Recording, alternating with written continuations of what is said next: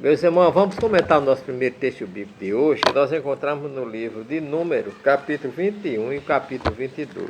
Capítulo 21 de Números, Israelita destrói os cananeus. Ouvindo o cananeu, rei de Arade, que habitava para a banda do sul, que Israel vinha pelo caminho dos espias, pelejou contra Israel e dele levou cativos alguns prisioneiros. Então Israel fez um voto ao Senhor, dizendo: se totalmente nos entrega este povo na minha mão, destruirei totalmente sua cidade. Então nós vemos que Deus ouviu a voz de Israel. Israel saiu contra aqueles reis que saíram contra ele. E nós vemos que Israel fez um voto dizendo: se o Senhor entregasse os cananeus na mão deles, então os israelitas os destruiria totalmente, né? E servia a Deus. E nós vemos aí, meus amados irmãos, que Deus entregou, né, aquele povo dos cananeus nas mãos dos israelitas. A partir daí nós vemos, a partir do versículo 4, que eles partiram do Monte Or, né, no Mar Vermelho, a rodear a terra, porém a alma do povo angustiou-se neste caminho. O povo falou mal contra Deus e contra Moisés, perguntando por que Deus tinha feito ele sair do Egito para que morresse naquele deserto. E disse que nessa terra que eles estavam não tinha água, não tinha pão, e que a alma deles estava tem fastio desse pão vil. Qual era o pão vil que ele dizia? Era o maná, quer dizer, Deus manda água do céu, abre rocha, Deus manda codornizes, Deus manda comida, Deus manda pão, o povo ainda chama de pão vil. Veja como o povo é ingrato. Então Deus mandou serpentes, irmão, serpentes venenosas, que essas serpentes morderam o povo de Israel. E o povo de Israel morreram muito. As serpentes ardentes, eles morderam o povo e morreram muito de Israel. E o povo veio a Moisés e clamou para que Moisés orasse ao Senhor. Eles confessaram que pecaram. Então Moisés orou a Deus e Deus fez com que, mandou Moisés, fizesse uma serpente de metal e levantasse uma haste. E aconteceria que as pessoas que fossem mordidas pelas serpentes, olhasse para a serpente de metal, ficariam sarados. E assim Moisés o fez. Muitas pessoas que eram mordidas pela serpente olhavam para aquela serpente de metal e ficaram curadas. Essa serpente já apontava para o sacrifício de Cristo, porque Cristo disse: como Moisés levantou a serpente no deserto, a serpente no deserto, importa que o Filho do Homem seja levantado, para que todo aquele que nele crê não pereça, mas tenha vida eterna. Então a serpente era uma figura do sacrifício de Cristo, e do Cristo que seria levantado para levar o povo da morte, do pecado. Quando a gente chega do 10 em diante, nós vemos que os israelitas saíram e pelejaram também contra Zered, pelejaram contra Amon, pelejaram contra os moabitas, e nós vemos aí que Israel feriu, né, os filhos de Moabe, não é? Feriu os filhos de Moabe. Andando mais para frente, eles feriram Moabe, e eles feriram também o seu rei, né, da cidade de Esbom. O nome dele era Sion, que era uma cidade grande, era uma cidade de muro, era uma cidade fortificada. Mais na frente eles saíram e feriram também a Og, rei de Bazã, conforme nós vemos no capítulo, né, do versículo 33 em diante. E nós vemos que o nome do Senhor foi glorificado, né? E eles venceram do lado de cá, né, antes deles cruzar o Rio Jordão. Eles destruíram os moabitas, né, e herdaram a terra. Tanto o rei de Sion, rei que habitava em Esbom, como o reino de Sion, que habitava em Bazã. Essa terra foi dada à tribo de Dan e a meia tribo de Manassés, né? Foram duas tribos e meio, não estou lembrado da outra tribo agora, né?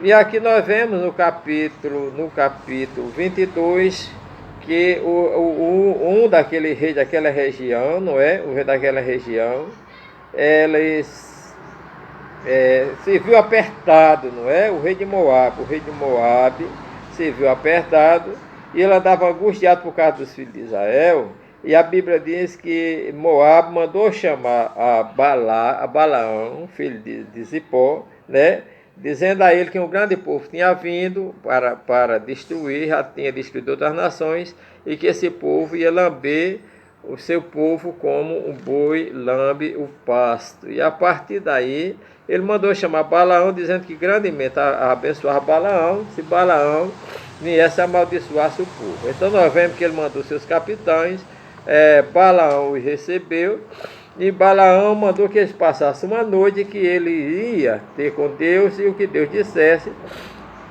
ele diria. Então quando ele foi, Deus disse que ele não fosse com aqueles homens. Então eles foram, ele veio e disse ao povo: eu não irei com vocês porque o Senhor me impediu de eu ir com vocês. Então quando chegou lá, Balaque mandou outros capitães mais graduados, de mais nome, de mais fama, para ele, para que ele fosse. E ele disse: eu não irei porque o Senhor disse que eu não fosse. Porém, você fica aqui outra noite, eu vou orar ao Senhor, e o que ele disser, eu farei. Então ele foi ao Senhor e o Senhor disse: tudo bem, aqueles homens estão aí para ir com você, você não deve ficar, vá com eles. Agora você vai falar só o que eu lhe disser. Então nós vemos, amados irmãos, que ele rejeitou a vontade diretiva de Deus. A vontade diretiva de Deus é que ele não fosse. Como ele queria ir, porque ele estava amando o prêmio, a vantagem, o dinheiro que Balaão ia dar a ele, que Balaque ia dar a ele, então ele forçou, que Deus permitisse que ele deixasse ir. Deus mandou ele pela vontade permissiva. Deus permitiu, não era a vontade diretiva. Aí a diferença, a vontade permissiva de Deus é aquilo que Deus permite, mas não era a sua vontade. A vontade diretiva de Deus era que ele não fosse. E nós vemos que quando ele saiu, nós vemos, amados irmãos, que ele saiu com aquele povo. E no caminho, o anjo do Senhor levantou contra ele, o anjo do Senhor, com a espada, se pôs na frente dele, e nós vemos que aí a jumenta dele que viu ele desviou-se três vezes, do anjo, para que o anjo não matasse. No final, a jumenta apertou o pé dele no muro, depois o anjo passou para frente para matar ele, e a jumenta desviou-se, deitou-se, e ele pegou, disse: se eu tivesse uma espada eu te matava, porque a jumenta: não foi que eu fiz, sou tua jumenta desde muito tempo, eu nunca fiz isso com você, né? Aí ele disse: se eu tivesse uma espada eu te matava. Então a partir dessa hora nós vemos que o anjo apareceu com a espada desembainhada, e ele, vendo o anjo do Senhor, ele se arrependeu, e o anjo disse a ele: olha, tu se levantasse para vir contra a vontade de Deus, e eu ia te matar, mas a jumenta 3 vezes se desviou para que eu não te matasse.